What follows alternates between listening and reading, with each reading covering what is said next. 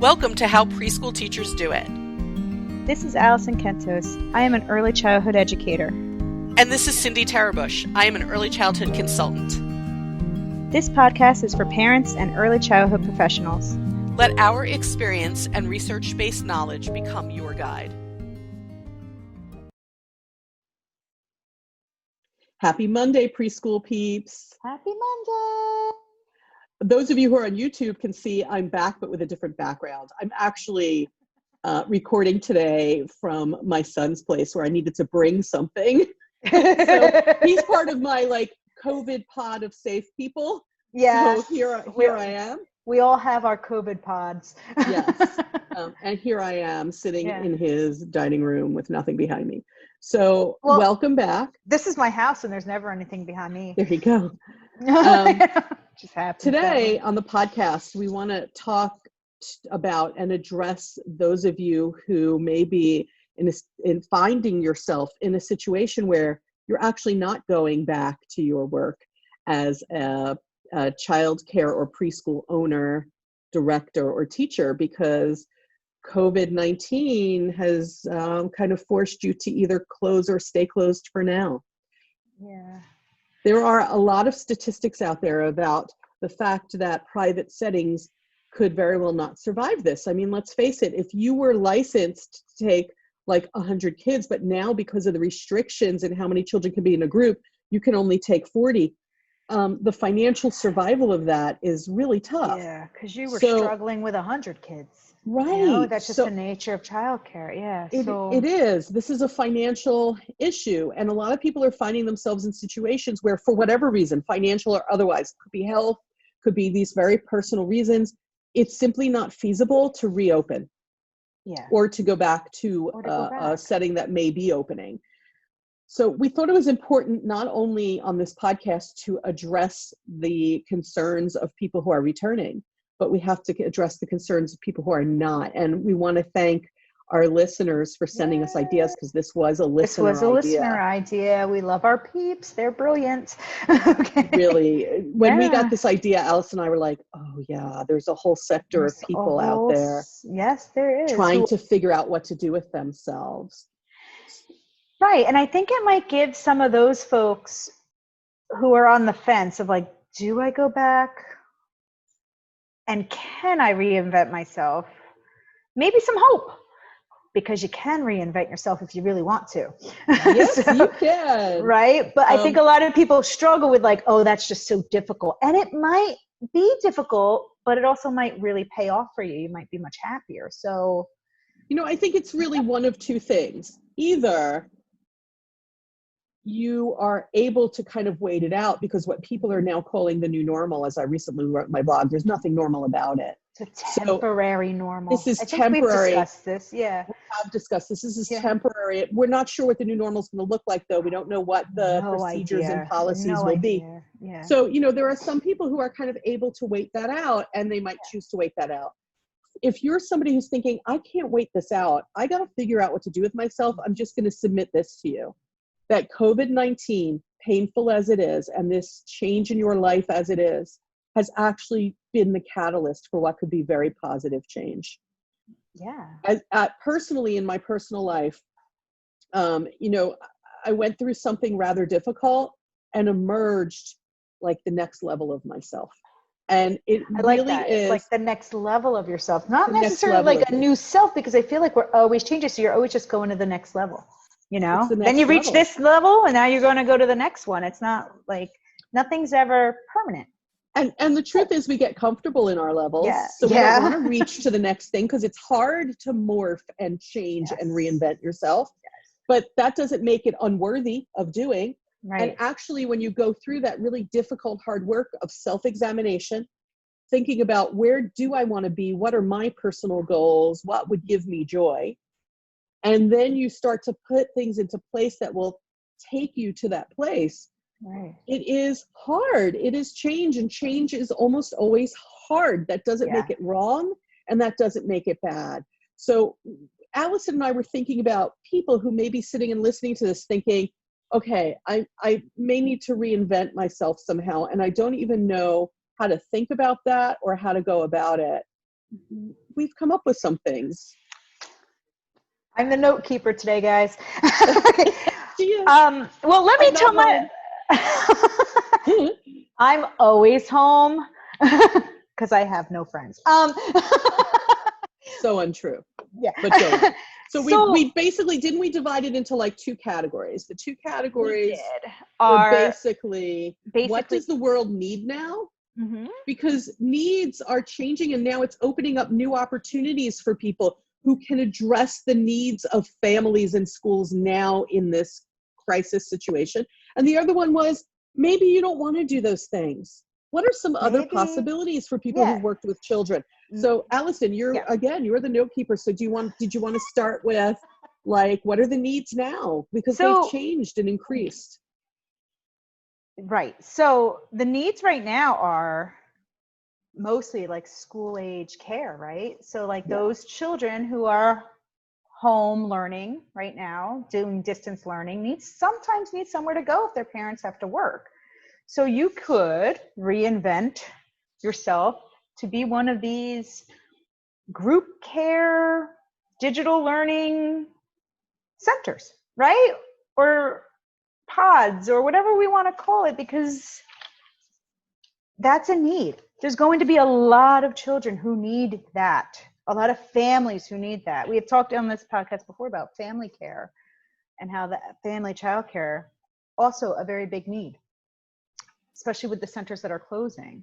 Yeah. So you could reinvent yourself and do that, or becoming a tutor for those folks. I've actually seen tutoring businesses advertising now that they will take school-age children with their laptops and the virtual learning, or they will provide them with computers or laptops so that they could come to this tutoring center, do their virtual learning, and have live adults there who could help them with the work, and so not be the family. There's a business model that before was just a tutoring center, right? They would do after-school tutoring, who has now reinvented themselves to open up. See, I'm big about opening up pathways. That's like my big thing. They opened up this pathway of, hey, there's a need out there for these children to be here all day. So instead of opening up at 3 o'clock like we used to, let's open up all day. The children will be here. Their parents will be able to work. They'll get the support that they need here with their devices and the tech and the tutoring all in one center. That's thinking. You know what I mean? What needs to be done?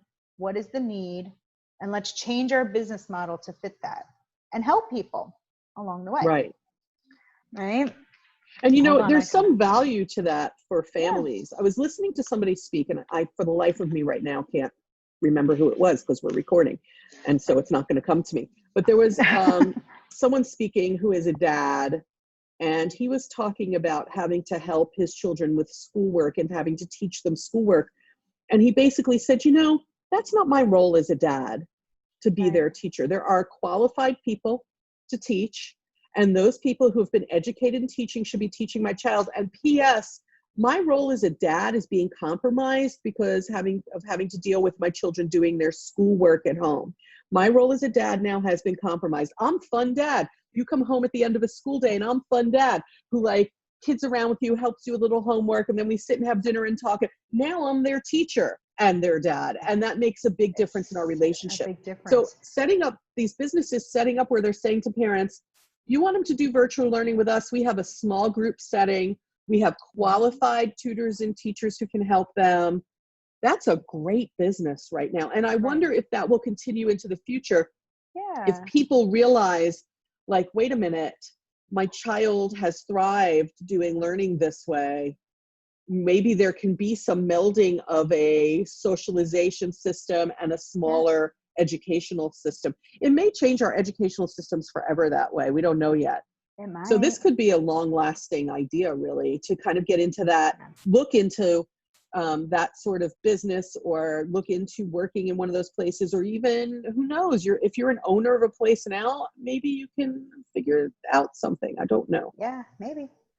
There's also this movement, I want to say, I don't really know if that's what it is, but anyway, of parents like the one that you were just talking about. Hey, I'm the dad. I don't want to be their teacher and their dad. Mm-hmm.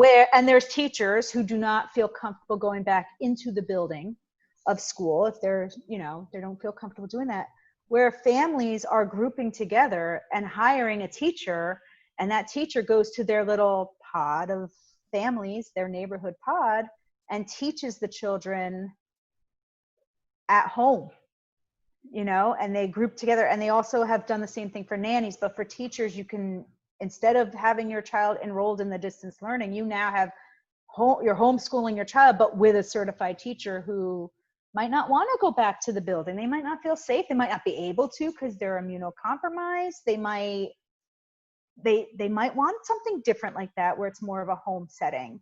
So you can reinvent yourself as like a home teacher, like a homeschool teacher, but like a certified homeschool teacher, Yeah, if you're a certified teacher. If you are not a certified teacher, there are other things that you can do with the experience you have with kids. You still can be somebody who kind of looks into this whole system that parents are going to need now for childcare. And another thing about childcare is the public schools, many of them, most of them in where we live, are submitting hybrid programs to the state, which means siblings are really going to be together, like the very young siblings with the older siblings. I mean, there's things we can do with this knowledge to create safe spaces for children from the same families who agree to pod together or whatever. Yeah. Because I think people are starting to pod together a little bit, Yeah. I've heard. So you may as well make it, moving forward, your education pod too, so right.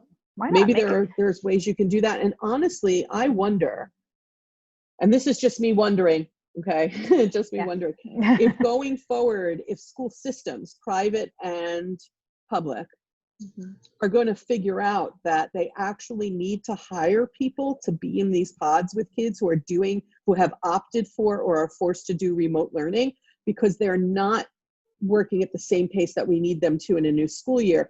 And I wonder if this could become, now again, I'm thinking way outside the box, if having people that the public school employs or the private school employs to go in and work with these children becomes a job, right? That becomes something that's funded through them maybe in the future. But again, that might I'm be all just for that. I feel fantasy. I feel like you should, I'm all for that. I think I've mentioned that on this podcast way in the beginning of coronavirus, episodes. I feel like get rid of the school building, okay? And you now group children together based on geography, right? And that teacher and the school finds a place for you to hold that, whether it's outside at a park or the basement of a church or, a community center. And you as a teacher go to that location with this neighborhood group of children. You know what I mean? Instead of you're at the school and you have to be at the school. And like, I'm all for that. I think that's a great I'll tell you what I'm all for. If we're going to talk about that COVID-19 taught us about the lack of equity among different socioeconomic classes, here's something that I'm all for. The school systems paying for the tutors rather than parents paying out of pocket for tutoring when their children need it. Because that means that only the people with enough money to pay for tutoring get tutoring. The tutoring should be taking place paid for by the public school systems. And I'm not talking about what's currently offered where you can meet with a teacher after school a couple days a week. I'm talking about more intensive tutoring like families hire out from the school system to do or have. But let's go back to our list. So let's say none of these new needs appeal to you, or you think I can't live on that. I think you have to dig deep and decide what is it that I'm supposed to be becoming out of the lessons of COVID-19. Right. So Alison did some research. Perhaps you don't want to be in education anymore at all. Perhaps. But you have a ton of education experience. What can you do? Oh, I looked it up, people. Okay, so I learned, and I never knew this until I looked it up, that if you want to get outside of education, but still use your education degree and experience, you can become paralegals because they do a lot of research and they have to be a team player and they have to be detail oriented, which, most teachers are. You can say, take your specialty. You're a phys ed teacher. you can become a personal trainer. You are an English teacher, you can get into publishing. You could do human resources, social working, or become an academic advisor at a college. All of those kind of professions. Some of them you need love additional, teachers. You might yeah, but need an some of them you additional need additional cert. education or So different this is advanced like if degree. you really have already thought like, I don't want to do teaching anymore. What can I do? Am I willing to go back to school for a little while? You know, those are things you can do. And I, as somebody who once sat in my life and thought, I enjoy the kids. I'm not sure I want to classroom teach for the rest of my life. And I did reinvent my career to become a consultant. Yeah.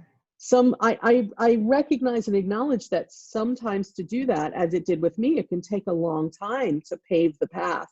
I actually worked 2 jobs, basically 2 full-time jobs for a long time. One was directing a school and the other was doing the work to build my consultancy. And so I was doing both for a period of time before I could break off. Yeah. And it really started, people sometimes say to me, how did you get started on a new path? And I'm going to be honest, here's how I got started on a new path. Here's just a little bit of my story. I was taking a class. I believe all things start with education, but I was taking a class and the instructor had us present, and the instructor, when I was done, said to me, you do a really good job presenting. I'm going to be organizing a small local conference, and I would love for you to present what you just did at my conference. And I said, oh, I don't think so. I'm very busy in my directing job. This isn't something I ever really wanted to, kind of pursue. I'm a really busy person. I don't think so. And she said, do it for me as a personal favor, and then you never have to do it again if you hate it. And honestly, folks, my entire career spiraled from that one, you never have to do it again if you hate it, and me going, oh, okay, just because I liked her. So you just never know what's going to lead to something else. And then that talk eventually led to a colleague saying to me, you should blog. And I did that. And that blog led to some people noticing my ability to write. And then they had me do articles for them. And then that led to larger venues, and that led to, which then leads, of course, to more speaking engagements and more, it all snowballed in my life, which led to more individual clientele for consulting, which led to a talk at an international conference, which led to my book, which led to my ability to kind of break out and do what I wanted to do. But here's what I really have firmly come to believe in my life. We are always exactly where we're supposed to be. And there's always something for us to learn. And in the hardest of times, when you think, I just don't know what to do. How am I going to continue on? What should I do? It's in those really, really hard times that what the universe is doing is shoving you to the next version of yourself. You have no choice but to go. Yeah. And I think that sometimes we have to listen to the signs. I have a dear friend. She sometimes listens to our podcast. She's going to recognize herself. Hi. But I have a dear friend who often says to me, that's one of life's Post-it notes. It's trying to get your attention. It's life's Post-it notes. So something will happen and she'll be like, life's Post-it notes. That's like 100% accurate. I feel like COVID for me was like a big Post-it note of like, Alison, but I also think like kind of piggybacking on what you said is like, it does kind of all start with education. And there's never anything wrong with you. Say you are a teacher and you want to remain a teacher, but there's nothing wrong with you saying, hey, you know what? I want to go back to school and I want to learn something that has nothing to do with education. I want to go back to school for psychology, zoology, name whatever your passion is. There's nothing saying that you can't. You can get a degree in zoology and then just never use it. But the knowledge is there. And then like a year from now, you'll be like, hey, you know what? There's this great job that I got that now I can get because I followed my passion to learn about that. Sometimes to follow your path, you have to work some pretty yucky jobs. You have to do things you wouldn't ordinarily do.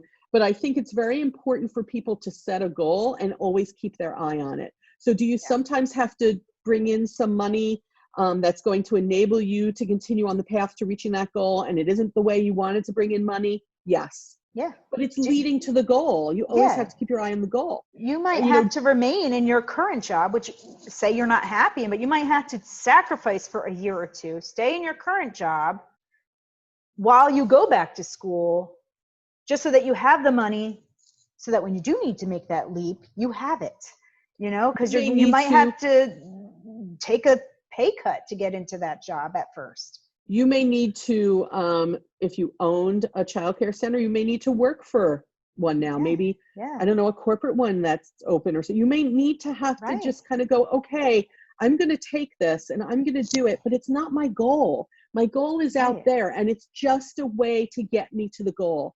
Right. I know someone who had a goal for her career, and she realized that doing what she was doing full time wasn't going to enable her to reach that goal ever.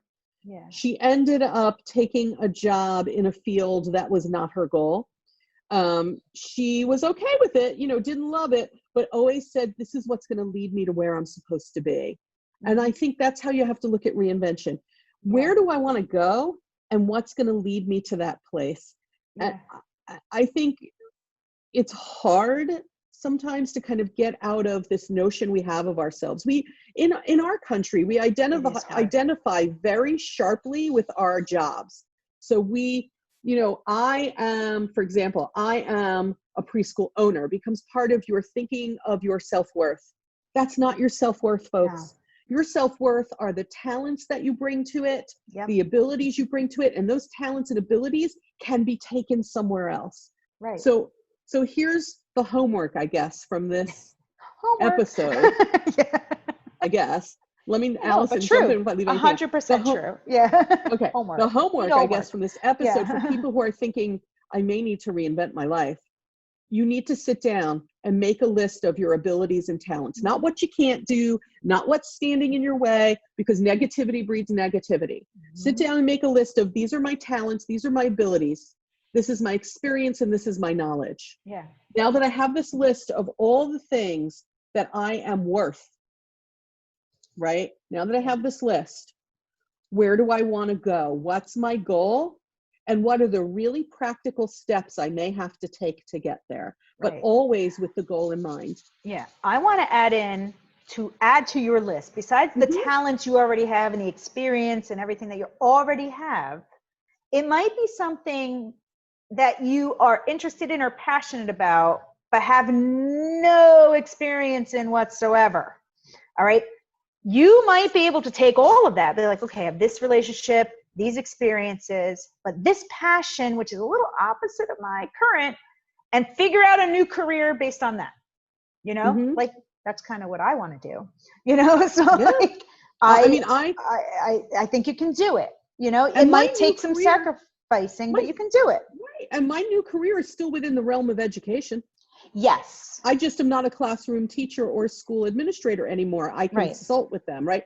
Still in the realm of education. If you go and you become like a museum educator, you're still in the realm of education. I know so many people who would love to be a museum educator once they're open.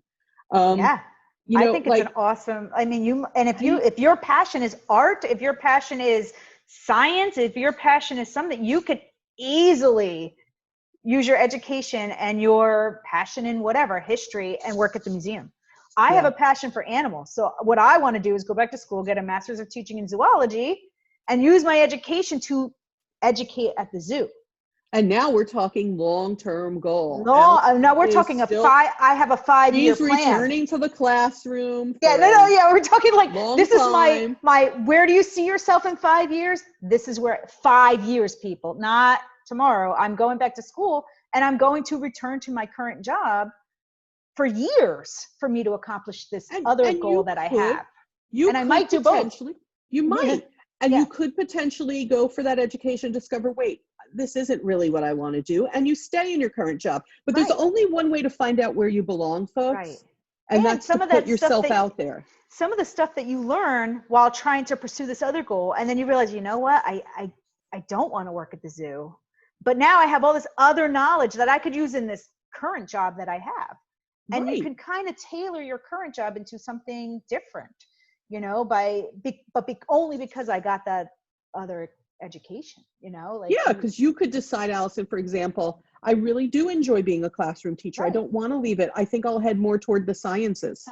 Yes. Right? Or I'll still be a teacher, but something different. So you just never know where that pathway, You don't know. you open up the pathway and you never know where it's going to lead. What your original goal is got you to open that up, but that's not where it led. But where it led could be something really beautiful, So it could be where you're meant to be. Yeah. COVID-19 unstuck you. Yeah. Unstuck you. It moored you loose. You were loose. Now go figure out what that means. Yeah. And the only person who can figure that out, folks, is you. So I hope that we've given you some food for thought in this episode, and Alison's going to wrap it up because she does it just so well. Oh, I do it so well. See, so let me do it. Oh, wait, hold on. Computer's moving everywhere. Sorry for you YouTube viewers that got a little motion sickness there. But while you're feeling better, rate us 5 stars because we're awesome. Yeah, now Cindy's doing it. If you want to contact us, like this wonderful peep that gave us this idea, you can find us on Facebook at How Preschool Teachers Do It podcast, or on our website, howpreschoolteachersdoit.com. And also we have our Ask Our Anything 100th episode coming up in like 20 weeks. No, I don't know how long.